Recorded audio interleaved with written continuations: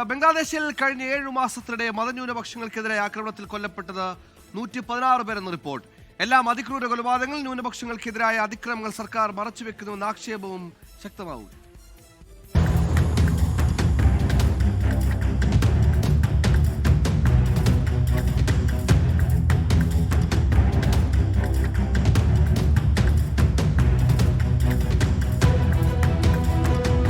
ബംഗ്ലാദേശിൽ മതന്യൂനപക്ഷങ്ങൾക്കെതിരായ ആക്രമണം വർദ്ധിക്കുന്നതിനിടെയാണ് human rights congress for Bangladesh minorities എന്ന സംഘടനയുടെ റിപ്പോർട്ട് പുറത്തുവരുന്നത്.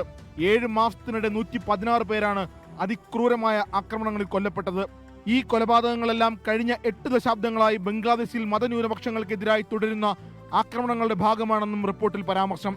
അതിനിടെ ബംഗ്ലാദേശിൽ ഒരു ഹിന്ദു യുവാവ് കൂടി കൊല്ലപ്പെട്ടു. ഓട്ടോറിക്ഷ ഡ്രൈവറായ സമീർ ദാസിനെ വെട്ടിക്കൊലപ്പെടുത്തുകയായിരുന്നു.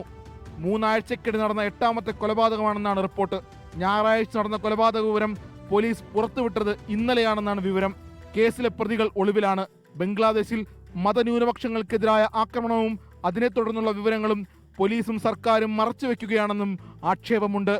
ശ്രീജിത്ത് ബാലകൃഷ്ണൻ, 24, ഡൽഹി. ലോകത്തെവിടെയായാലും ഏത് സമയത്തും 24 വാർത്തകളും ഓഗ്മെന്റഡ് റിയാലിറ്റി പാക്കേജുകളും എക്സ്പ്ലെയിനറുകളും വിശദമായി കാണാൻ ഞങ്ങളുടെ യൂട്യൂബ് ചാനൽ നിങ്ങൾക്ക് സബ്സ്ക്രൈബ് ചെയ്യാം.